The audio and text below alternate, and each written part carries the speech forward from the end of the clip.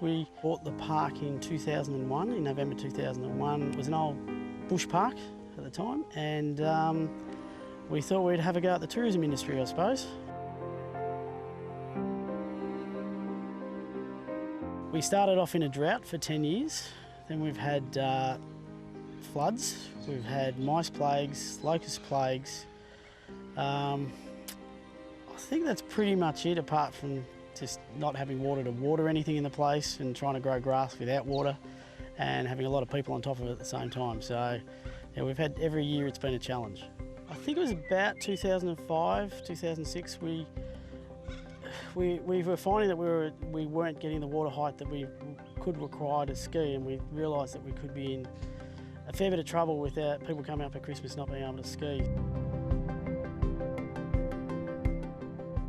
When we first bought the park, it just predominantly was water skiing based. Lynda and myself had come here water skiing, so that's actually how we knew the park. The park was known for the water skiing, and yeah, no one would come up here other than that reason. So I suppose when we had no water, we realised that it was a big issue. We had to change the culture of the place. Get the families in to, try and attract the families here. We had to change all of our activities to draw those people in. We didn't have that. Because if we don't have water and the drought continues, all of a sudden we're going to be in trouble for the next 4 or 5 years, and then change the focus off the river and create another focus within the park. Some of the things that we've done that we changed was our tennis court area was just a small quarter court basketball court. We've then created basically a basketball and tennis court, our pool over behind. And we've also now got a conference room and a barbecue area that's, again, bringing corporate people. Because of the way we had to change the business, we've changed it so we can bring corporate people through during the winter times, which will also fill up all our cabins and everything like that through those times. The river does fluctuate considerably over between the winter time and the summer time.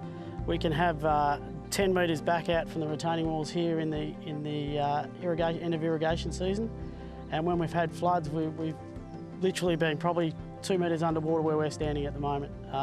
The last flood we had, which was only 2 weeks ago, was to the top of these retaining walls, and the one we had 2 years ago, was basically halfway up those tables there. Luckily enough, with the way the river system works here, we get a couple of weeks' notice of river heights coming up quite high. So that's when we get onto our social media, get onto the phone and contact our guests to let them know what's happening, that we're still here. And try and make sure that we give everyone as much information as possible, and that way they seem to be happy with what we do, and they know what they're expecting when they get here. Some of the things I suppose you can prepare for is pretty much what we have in our risk management policy, but also notations of where things need to be turned off and capped if we get floods, or generator backups that we have if we run out of power we need for firefighting. Things like that are all documented. We learnt just even off for doing risk management, we then had to go and look through our park and find out all these things that we knew were there but didn't actually realise we needed to have them written down for someone else to know it. It's all good to know it yourself, but at the end of the day, hopefully you're not always going to be here to have to run the place and someone else can help you. It's made us stronger people because we think differently now than what we did 10 years ago. We're always thinking of ways that we need to improve, or perhaps next time there's a natural disaster, what we need to do to improve on perhaps what we've done this time. I think you've just got to have that oh well, it's going to happen attitude, and don't dwell on it, because dwelling on it isn't going to help the situation at all. You just got to have a very positive outlook, and it will get better. After it's happened, it gets better.